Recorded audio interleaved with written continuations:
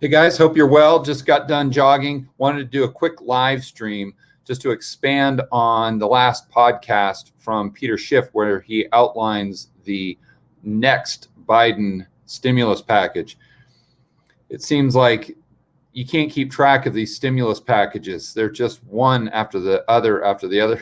They're coming at you so fast. You don't know.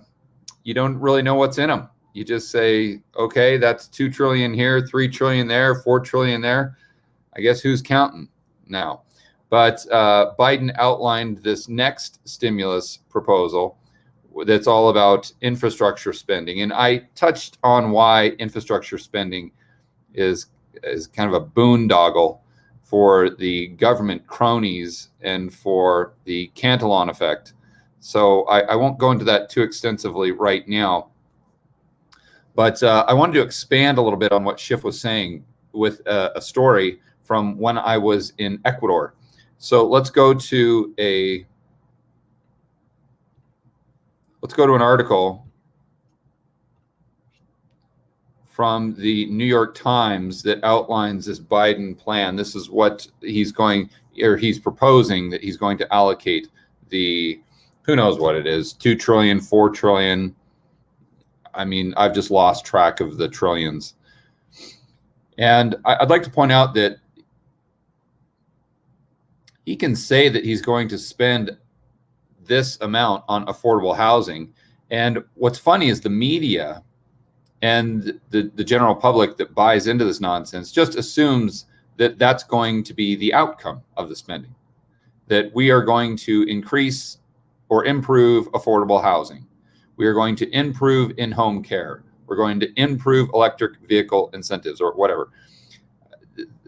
That's usually when the government gets involved in something like that. The net result is the opposite of that. And Schiff does a great job in pointing that out. But also, too, here's what they plan on spending the money on. So you guys can read this here. I've got it highlighted.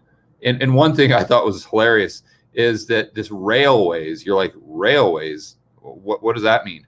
It's for Amtrak. Like they want to spend like, I don't know what the exact dollar amount is, but it's like they want to spend like $40 billion on Amtrak. Like, okay. And then another thing Schiff pointed out is they want to spend like, who knows, another 400 billion on high-speed internet, because they're saying that the poor and middle class don't have access to cheap internet. And I don't know where they're getting that, because I have yet, listen, go to any laundromat, go to any Walmart, anywhere that you might think the people on the lower end of the economic totem pole are hanging out, and I can promise you 99.9% of them have a smartphone with internet. So I don't really get the whole, and not only that, you say, well, yes, but they don't have high speed, blah, blah, blah. Listen, I can't even tell you how many YouTubers have started a channel that has like 1 million subscribers, and they make 20, 30, 40, 50 grand a month on YouTube and online, and they do everything from their cell phone, everything. So I don't want to spend too much time on that, but and then the supply chain support, I mean, all of it was just complete nonsense. But to think that the government is going to be able to pull this off in a way that's efficient is laughable. But so then you go down here, and I've highlighted this main point, hopefully. There we go. So how's he going to pay for it? So you guys know he wants to increase taxes on those individuals earning over $400,000 a year, or maybe couples earning $400,000. And then he wants to increase taxes on corporations. Let's think this through. So even the Keynesian, you get Paul Krugman in a room and ask him, why is infrastructure spending good? He'll say, because there is a multiplier effect. What he's saying is when the government builds a road or a bridge. Let's say they build an additional road that did not exist that speeds up transport to a specific part of the country. The reason there's a multiplier effect is not because the government builds the road in and of itself. That's not where the multiplier effect comes in. The multiplier effect comes in after the money is spent from entrepreneurs coming in and building businesses, building real estate, building communities, building manufacturing plants, building small economies around the road. But without the entrepreneur, the road is simply a road to nowhere. It's a big waste of money. So let's think about this. What Biden is saying is, I'm going to spend an additional, $4 trillion. And we're going to have this, it's going to be a boom for the economy because it's infrastructure spending, the holy grail for all politicians and Keynesians. So since it's infrastructure spending, then it'll just create this economic boom. But they don't, and then they just leave it at that. They don't think about the fact that, okay, now you need to hand the baton over to the entrepreneur. Okay, well, what happens when you're de-incentivizing the entrepreneur to start a business? You're going to have a road that goes to nowhere. It's going to be a boondoggle. It's going to be a big waste of money. You're going to pay people to dig a hole in the ground and fill it back up. So what Biden's doing is how is he de-incentivizing the entrepreneur? Okay, well, he's increasing their taxes. So by definition, that's a de-incentive. If you're taxing profit, taking a higher percentage of it, you're de-incentivizing people to earn the profit in the first place. Now, to what degree is arguable, but take it to the extreme. If you taxed it at 100%, would anyone make profit? No. So where's the line in the sand? Well, we know that as you get closer to 100%, you de-incentivize people more. As you get closer to 0%, you incentivize people more. Again, to what degree is debatable. So you're basically saying, okay, we're going to spend the money, but we're going to create an environment where we are doomed to fail, because we will not have, when we pass that baton over to the entrepreneur, they're not going to take it and run with it. They're going to say, no, thanks. Sorry. Why should I do this when you're going to take 50% of what I make? Why should I do this when every single time I turn on the news, you're talking about how evil I am and how greedy I am and the billionaires and millionaires, and that you're putting a target on my back? Why should I do this when you're wanting to increase the minimum wage to $15 an hour? Why should I do this when you're increasing all of these regulations and creating all of these barriers and creating all of this red tape and bureaucracy that I have to deal with daily? They're simply just not going to do it.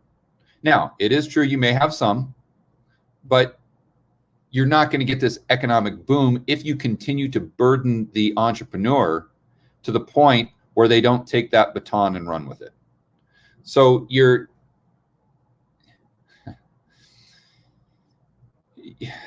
as my father would say, you're pissing in the wind with this plan. And what's amazing is that people, they can't see this. The Keynesians can't see this. Why? Because they've never been entrepreneurs. How many of these politicians have built a business, have employed people? And I get it. Sure, these politicians have a secretary and an assistant. Listen, they're not entrepreneurs.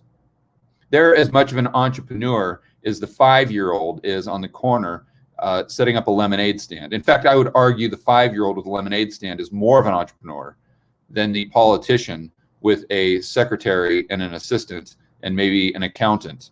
They like to claim that they're an entrepreneur because they employ people. That's complete BS.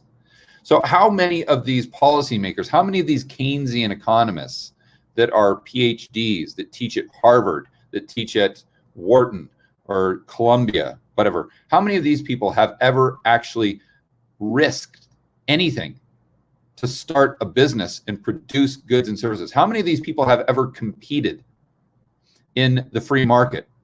How many of these people have ever had to put payroll on a credit card?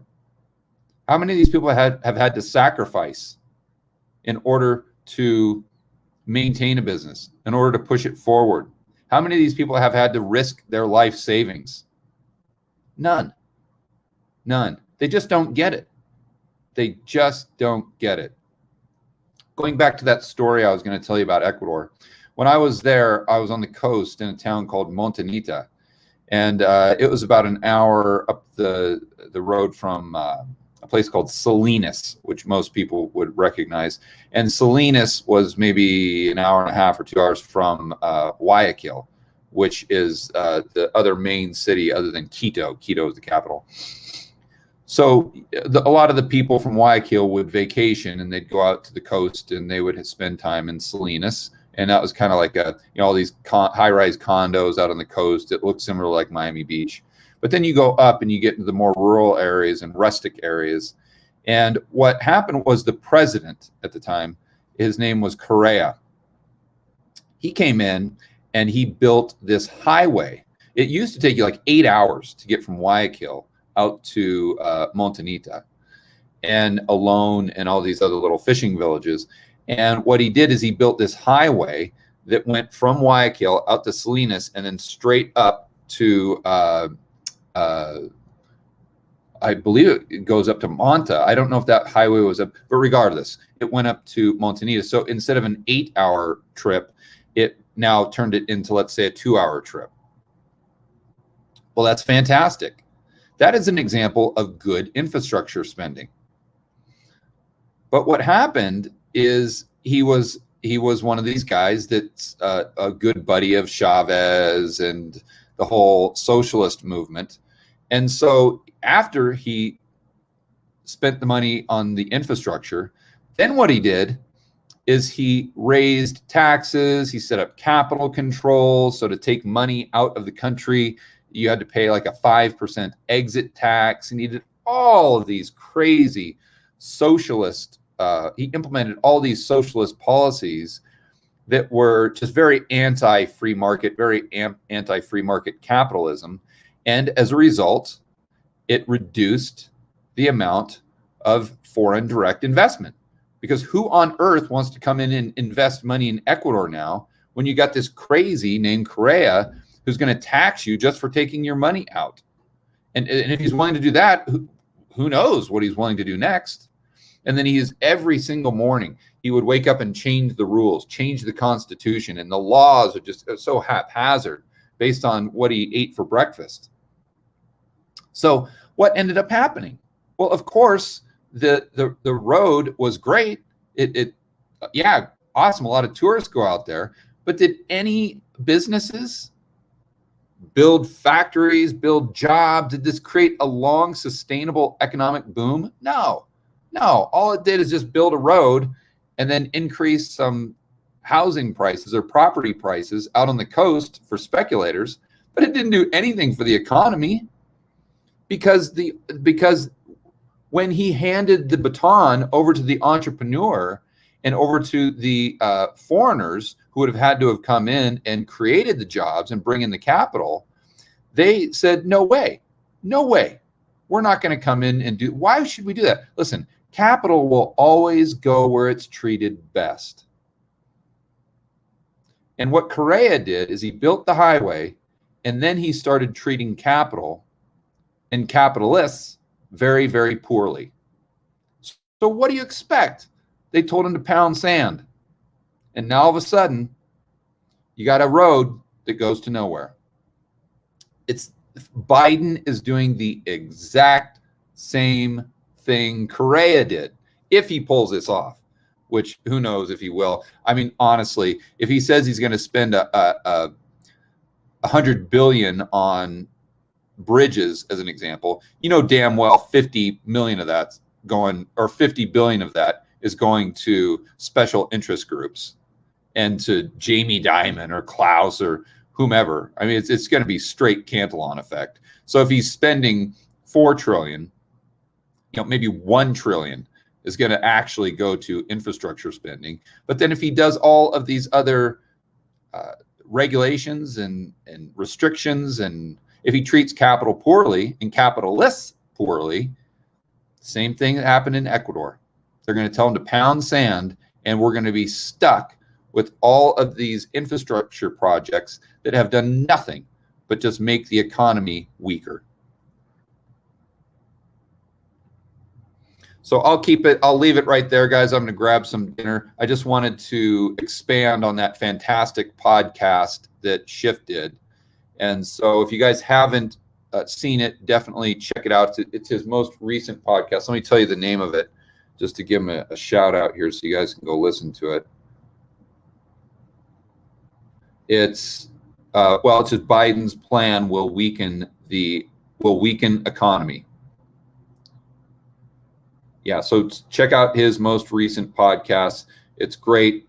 I always love listening to Schiff's show, and his latest was a great one on this on this Biden. I think if you listen to what I just said and then combine that with what Peter's podcast was all about, you're going to get a real clear picture on why this infrastructure project, if he pulls it off, will not work, and it'll only make things worse if he continues to treat capital and capitalists poorly, which I think what's going to happen is he's not going to, the money is not going to be spent on infrastructure, but he's still going to treat the capitalists and capital poorly. So you're going to have the worst of both worlds. All right, we'll do some shout outs. All-Nighter Hider in the house, Sebastian Brozak, Wayne Smith, Moody the Millennial, friend and family member Fred. Everyone's in the house. Casey Sunshine, R. Acosta Jr., Dickie Dunn. Who else we got tonight? Joy Lou, Peter Frauen, El Chomillo, Crazy Legs, Miku, Carly Ellison, DW, Adam Ahmed, Louis Rea, Jackie Alley 2, Mike, Siltoya. Oh, that was an interesting name. I always like to see if I can pronounce those. Siltoya Sterling. Oh, very cool. Black Tusk Productions, Anton Yu, Pat Riot. All right, guys, enjoy the rest of your evening. I'll see you on the next video.